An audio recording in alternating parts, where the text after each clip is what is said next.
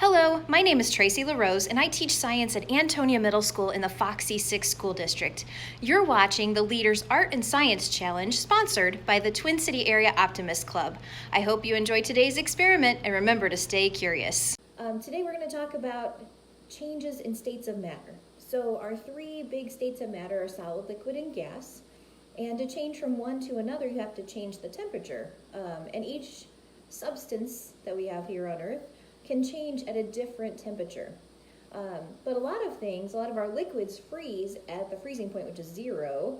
And then a lot of our, when we get to the gaseous phase, it's usually at a boiling point, such as water, which is 100 degrees Celsius or 212 degrees Fahrenheit. So there are a lot of things that fall into certain categories that change states of matter at certain temperatures.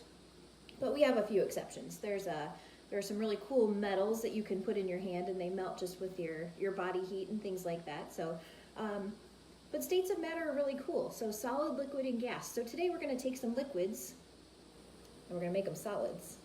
And then you can eat them, so it makes it even better. Good morning, Tammy. So today we're going to make ice cream in a bag. So I know when I was growing up, going to my grandparents' house, I remember making ice cream.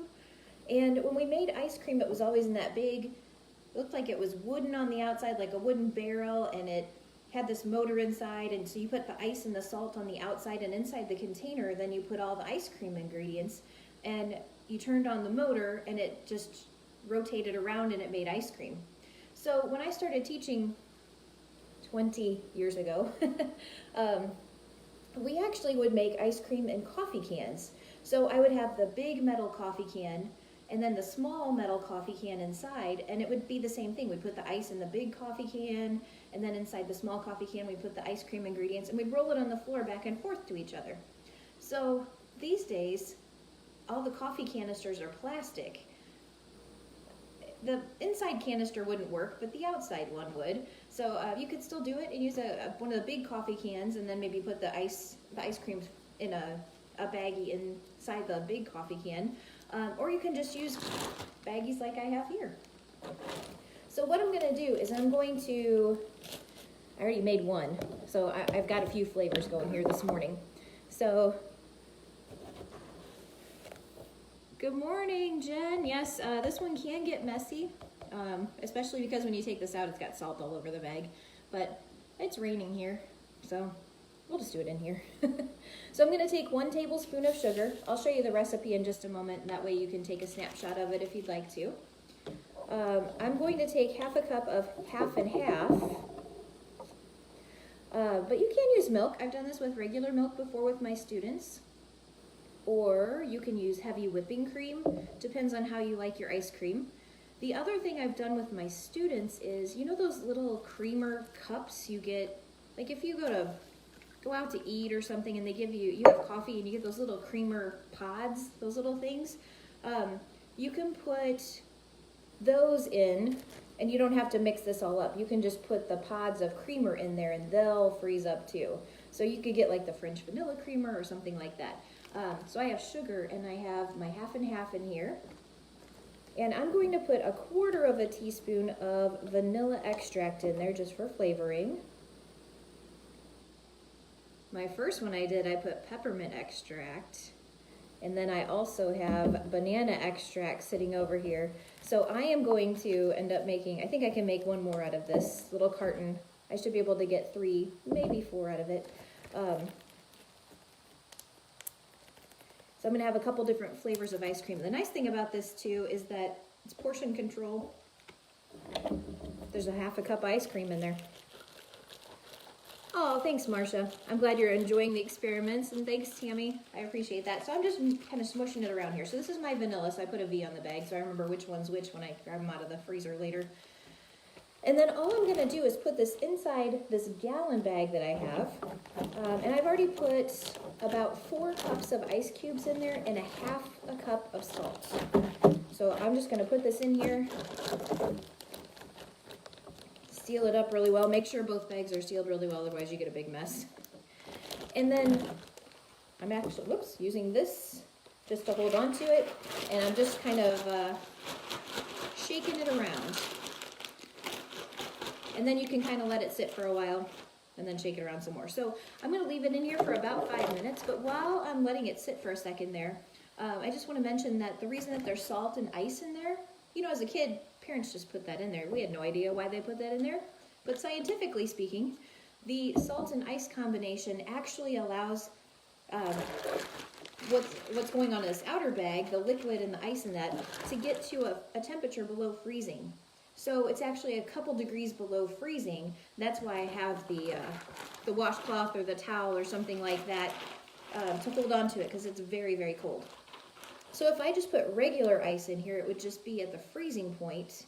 And if I put the salt in there with the ice, then it gets it lower than the freezing point, which is 0 degrees or 0 degrees Celsius or 32 degrees Fahrenheit. It's the same thing that we do in the winter time. You know, like when they go out and salt the roads, they're actually lowering the freezing point so that if there's snow or sleet or something falling, it's going to melt for a few more degrees. So, and that's also why salt only works to a certain temperature. So let's see, I have a few of these. Regular salt, I just used regular salt this morning. That's what I had here. And it works just fine. I already have a bag in the freezer ready for me. Not that I'm gonna eat ice cream at 10 o'clock in the morning, but I could. So yes, I just used regular salt. You'll find that different salts might, you know, you might have to shake a little longer or a little less. Anisar, yes. So that's the salt I used. So I'm just shaking it around for a few minutes here. Just letting all of that surface of the bag of ice cream in there touch the ice and salt and get nice and cold there. So while that's going, let me show you. Oh, so one thing, when you pull that inside bag out, there is salt all over the bag. So what I do is I rinse it off in the sink, just the outside of the bag, because otherwise, the salt's not getting into the ice cream, but otherwise you got that salt on the bag and it gets on your hands and everything. So I rinse it off and then I put it in the freezer for a little bit longer. But let me show you what it looks like.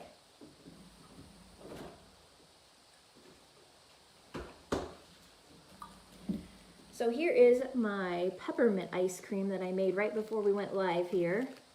And you can see it's kind of like a soft serve texture. So after 5 minutes in the ice and salt, it's not solid ice cream like you would scoop out of a container, but you can put it in the freezer and it'll get hardened up after that. You know, Marcia, I really don't know the difference between regular salt and rock salt that they use for ice cream. I'll have to look that up. I'm sure at one point I knew, but I forget things. If you don't use it, you lose it, right? Yes, so I'm just shaking it around here. And like I said, I have, so this one's my peppermint. I have vanilla extract in there. I also have a banana extract, so that's my next one. So I'll have 3 different flavors of ice cream. And like I said, out of the half and half, I should be able to get 3, maybe 4 bags of single serve ice cream like this. So let me flip this around just so you can, in case you want to take a screenshot of the recipe there. In the little baggie, you put a tablespoon of sugar, half a cup of half and half, or milk, or heavy whipping cream, and a 1/4 teaspoon of vanilla extract. And in the gallon baggie, I have 4 cups of ice cubes and half a cup of salt. Then shake for 5 minutes. You can eat it right away, or you can save it for later. Oh, Teresa, you did this one with your kids? Yes, that's a good one.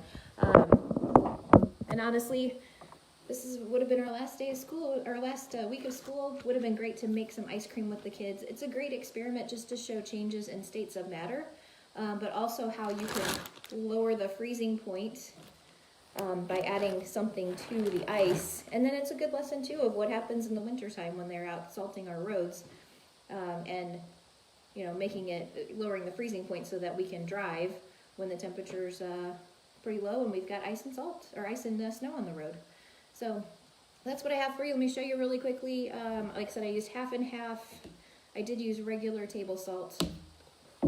My flavorings here are just the extracts that you get in the baking aisle. And I think that is it. Regular sugar. Yep, that's it. So you can try this with regular milk. You can try it with half and half, whipping cream, whatever your heart desires. And you can enjoy your single serve ice cream in a bag. So thank you guys for watching, and I will see you tomorrow.